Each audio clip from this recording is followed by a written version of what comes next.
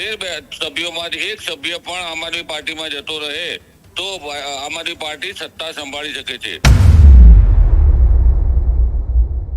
જો કોઈ જગ્યા ઉપરથી સભ્યોને બહાર મોકલવામાં આવ્યા તો આ પહેલી ઘટના છે છેલ્લા 10 વર્ષમાં। ગુજરાતમાં 30 વર્ષથી જે સત્તામાં છે એ શાસક પક્ષ એટલે ભાજપના સભ્યોને પણ અજ્ઞાત સ્થળે લઈ જવા પડે।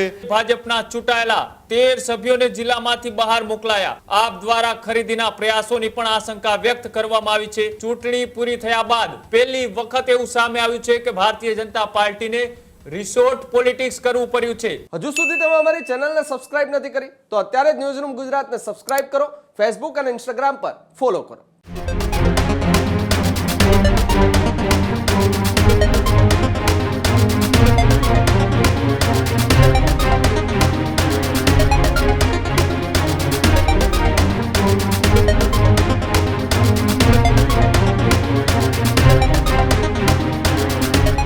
સમાચારોમાં આગળ વાત કરીએ કે રાજ્યમાં સ્થાનિક સ્વરાજની ચૂંટણી પૂરી થઈ, મતદાન પણ થઈ ગયું, ચૂંટણીના પરિણામો પણ આવી ગયા, પણ હવે શરૂ થયું છે રિસોર્ટ પોલિટિક્સ।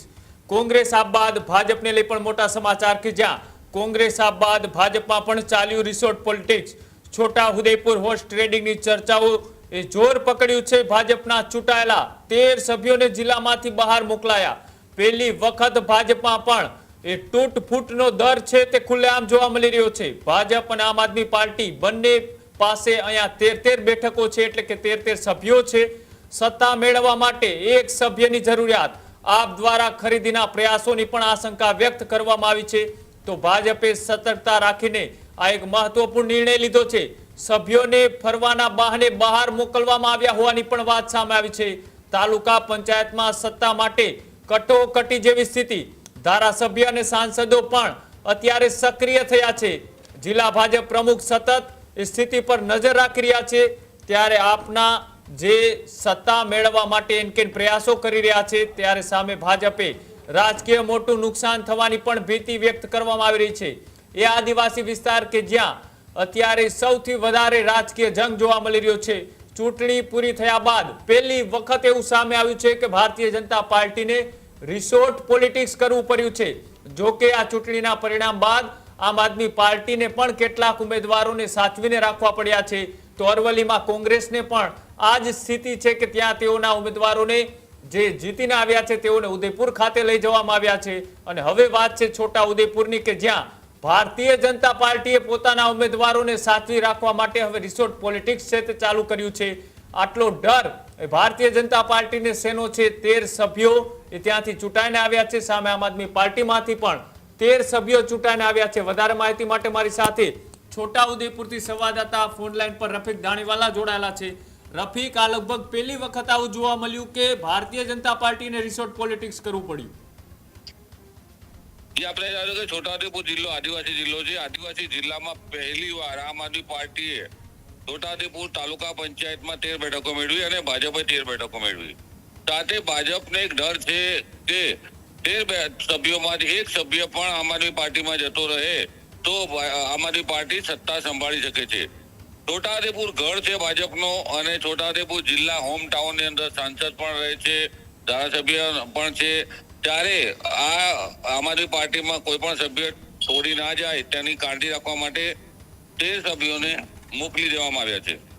સાથે ભાજપને પણ આ વખતે ડર સતાવી રહ્યો છે કારણ કે તેઓનો ઉમેદવાર જે ચૂંટાયા છે તેઓને તોડી ના પાડવામાં આવે અને એક વોટ માટે સત્તા ના જતી રહે તેની કાળજી લેવામાં આવી રહી છે। નાની નાની બાબતો ઉપર ફોકસ કરવામાં આવી રહ્યું છે। આખો મોરચો છે તે પ્રમુખ અને સાંસદ સંભાળી રહ્યા છે। કોઈ પણ ચૂંટાયેલો સભ્ય બીજી પાર્ટીમાં ના જતો રહે તેની કાળજી લેવામાં આવી રહી છે। કેમ કે આદિવાસી જિલ્લો છે, આદિવાસી જિલ્લામાં રાઠવા જ્ઞાતિમાં સગાવાદ વધારે પડતો ચાલતો હોય છે। આ સગાવાદમાં કોઈ સભ્ય ફૂટી જાય તેની કાળજી રાખવામાં આવે। બીજી તરફ આમ આદમી પાર્ટીની વાત કરીએ તો આમ આદમી પાર્ટીના પણ જે સભ્યો છે તેને પણ ગુજરાત બહાર મોકલી દેવામાં આવ્યા છે। એટલે બંને પાર્ટીઓ તાલુકા પંચાયતમાં શાસન મેળવવા માટે રીતચોટીનું જોર લગાવ્યું છે। સૌથી વધારે ભાજપ આના જે દાવ છે તે માર્યું છે કારણ કે ભાજપ સત્તામાં હતી, ભાજપનું તાલુકા પંચાયત ગત વખતે હતી, આ વખતે ફરી જાળવી રાખવા માટે ભાજપ પ્રયાસ કરી રહ્યું છે। છોટાઉદેપુર જિલ્લામાં પહેલી વાર જો કોઈ જગ્યા ઉપરથી સભ્યોને બહાર મોકલવામાં આવ્યા તો આ પહેલી ઘટના છે છેલ્લા 10 વર્ષમાં. કારણ કે અત્યાર સુધી ભાજપ સ્પષ્ટ બહુમતીમાં આવતું હતું. ભાજપ પાસે વિશાળ સભ્યોની સંખ્યા રહેતી હતી, પરંતુ આ વખતે છોટાઉદેપુરમાં સૌથી ઓછી બેઠકો મળી છે, કદવાલમાં સૌથી ઓછી બેઠકો મળી છે, સરખી બેઠકો મળી છે. એટલે સત્તા મેળવવી અને સત્તા સંભાળી રાખવી મુશ્કેલ છે. રફી, ક્યાં લઈ ગયા હોઈ શકે આ લોકોને? અત્યારે રિસોર્ટ પોલિટિક્સ કરવામાં આવી રહ્યું છે, ક્યાં લઈ ગયા હોઈ શકે ઉમેદવારોને? મેં જ્યારે છોટાઉદેપુર જિલ્લા પ્રમુખને પૂછવામાં આવ્યું કે આ સભ્યોને ક્યાં લઈ જવામાં આવ્યા છે, ત્યારે એમણે જણાવ્યું કે ગુજરાતમાં જ રાખવામાં આવ્યા છે. જિલ્લાનું નામ આપ્યું ન હતું, પરંતુ ગુજરાત બહાર મોકલવામાં નથી આવ્યા, ગુજરાતમાં છે તેવું જણાવ્યું હતું. હાલ તો જે સભ્યો ચૂંટાયેલા છે તે રિસોર્ટ પોલિટિક્સ શરૂ થઈ છે. છોટાઉદેપુર જિલ્લામાં પહેલી વાર આ જોવા મળ્યું છે. અચ્છા, કેટલા સમયની અંદર એ ચિત્ર સ્પષ્ટ થઈ શકે એવું લાગી રહ્યું છે? હવે સરકાર જે છે તે જિલ્લા પ્રમુખ, તાલુકા પંચાયતના પ્રમુખો અને ઉપપ્રમુખોની તારીખો જાહેર કરે, ચૂંટણી જાહેર કરે તો આખી પ્રક્રિયા પૂર્ણ થાય તેમ છે. જ્યાં સુધી સરકાર તારીખો જાહેર નહીં કરે, તાલુકા પંચાયત પ્રમુખ અને ઉપપ્રમુખની જિલ્લા પંચાયતની બોડીની રચનાની, ત્યાં સુધી આ સભ્યોને બહાર રહેવું પડશે. સહપરિવાર સાથે મોકલવામાં આવ્યા છે, કારણ કે પરિવારને પણ સાથે મોકલવામાં આવ્યા છે એવું જાણવા મળી રહ્યું છે. આમ આદમી પાર્ટીમાં પણ એવું થયું છે. આમ આદમી પાર્ટીના જે સભ્યો છે તેઓને મધ્યપ્રદેશમાં મોકલવામાં આવે છે અને તેના પર ચેતર વસાવા નજર રાખી રહ્યા છે. જી બિલકુલ, આભાર. તો જે રીતના લગભગ એ પહેલી વખત જોવા મળી રહ્યું છે કે છોટાઉદેપુરની અંદર ભારતીય જનતા પાર્ટીને સત્તા ગુમાવવાના ડરથી એ ઉમેદવારો છે તેને ક્યાંક ને ક્યાંક અત્યારે સકંજામાં રાખવામાં આવ્યા છે, એટલે કે નજરકેદ કરીને રાખવામાં આવ્યા છે. મુફદ્દલ મારી સાથે જોડાયેલા છે. મુફદ્દલ, જે રીતના એક કોંગ્રેસ રિસોર્ટ પોલિટિક્સ કરતું એ જોવા મળ્યું, આમ આદમી પાર્ટી રિસોર્ટ પોલિટિક્સ કરતું જોવા મળ્યું, પણ આ છોટાઉદેપુરનો આ એક એવી ઘટનાક્રમ કે જ્યાં આમ આદમી પાર્ટી પાસે પણ 13, કોંગ્રેસ ત્યાં ક્યાંય ચિત્રમાં નથી, ભારતીય જનતા પાર્ટી પાસે પણ 13, બંનેના ઉમેદવારોને ક્યાંક ને ક્યાંક અત્યારે નજરકેદ રાખવામાં આવ્યા છે. આપના ઉમેદવારોને મધ્યપ્રદેશમાં રાખવામાં આવ્યા, એવી વાત અત્યારે સામે આવી રહી છે. આ ઘટનાક્રમને કઈ રીતના જોઈ શકાય? કૃણાલ, આપણે ઘણીવાર જોયું છે કે જે વિપક્ષ હોય અથવા તો જે સત્તાથી વિપરીત હોય, સામે હોય, એવા પક્ષના ઉમેદવારોનું હોર્સ ટ્રેડિંગ થવાની સંભાવનાઓ, આશંકાઓ ઘણીવાર પ્રબળ જોવા મળતી હોય છે. પણ રાજનીતિની વિસંગતતા જ આ છે. રાજનીતિમાં આ જ તો સૌથી રસપ્રદ બાબત છે કે રાજનીતિમાં ગમે તે થઈ શકે છે. ગુજરાતમાં 30 વર્ષથી જે સત્તામાં છે એ શાસક પક્ષ એટલે ભાજપના સભ્યોને પણ અજ્ઞાત સ્થળે લઈ જવા પડે અથવા તો ફરવાના બહાને એમને સંપર્કથી વિખૂટા કરવા પડે, એ પ્રકારની સ્થિતિ. એટલે કેટલી ઐતિહાસિક ઘટના છે આ કે જે છોટાઉદેપુર તાલુકા પંચાયતમાં બની છે. અહીંયા 13 સભ્યો બંને પાર્ટીના ચૂંટાયા છે, ભાજપના પણ અને અહીંયા જેણે કાઠું કાઢ્યું એ આમ આદમી પાર્ટીના પણ. પણ હવે અહીંયા ગેમ છે ખરાખરીનો બોડી બનાવવા માટે. અને આવા જ સમયે આપણે જોયું છે કે લેવડ દેવડની વાતો સૌથી વધારે પ્રબળ થતી હોય છે. લેવડ દેવડના કિસ્સાઓ સામે આવતા હોય છે. ચૂંટાયા હોય છે કોઈ એક ખેસ પહેરીને, કોઈ એક ચિહ્ન સાથે ચૂંટાયા હોય છે, પણ ચૂંટણી પૂરી થાય એ પછી જો સત્તા માટે બોડી બનાવવા માટે 1-2 બેઠકો ઘટતી હોય કે 4-5 બેઠકો ઘટતી હોય તો પછી મોટા પાયે હોર્સ ટ્રેડિંગ થતું હોય છે. એવું આપણે ભૂતકાળની ચૂંટણીઓમાં જોયું છે. પણ બનતું શું હોય છે?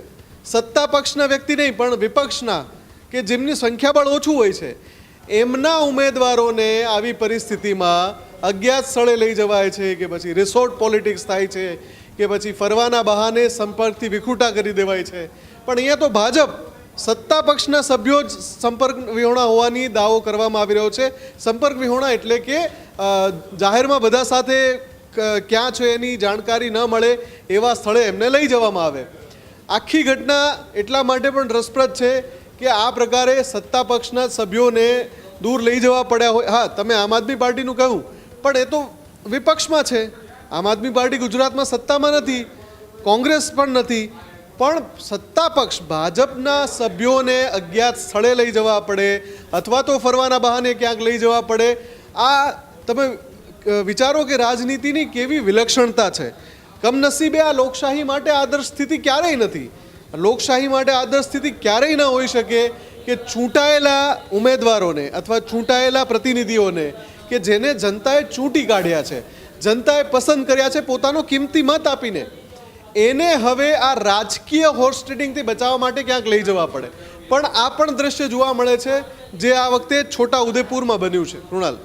જી બિલકુલ, આભાર જોડાવા બદલ, માહિતી આપવા બદલ. તો એ છોટા ઉદેપુર કે જ્યાં એ સૌથી વધારે આમ આદમી પાર્ટીની ચર્ચાઓ હતી અને તેવું જ જે પરિણામ સામે આવ્યું છે, પરિણામના કારણે ભારતીય જનતા પાર્ટી સત્તામાં હોવા છતાં પણ ક્યાંક ને ક્યાંક ઉમેદવારો એ તૂટવાનો ડર છે અને ડરના કારણે તેમને પણ રિસોર્ટ પોલિટિક્સ કર્યું છે. રિસોર્ટ પોલિટિક્સ ક્યાં સુધી ચાલે છે, સત્તાની અંદર એ શાસન શરૂ થયા પછી કેટલી વખત કે કેટલો સમય સુધી એ ઉમેદવારો એ ટકી શકે છે તે પણ જોવાનું રહેશે. પણ આમ આદમી પાર્ટીએ દક્ષિણ ગુજરાતમાં પોતાની તાકાત બતાવી છે. આ તાકાત આગામી ચૂંટણીના પરિણામો બાદ હવે શાસનમાં કેવી જોવા મળે છે અને શાસન બાદ 2027માં દક્ષિણ ગુજરાત કોણ અંકે કરે છે તેના ઉપર પણ રહેશે નજર.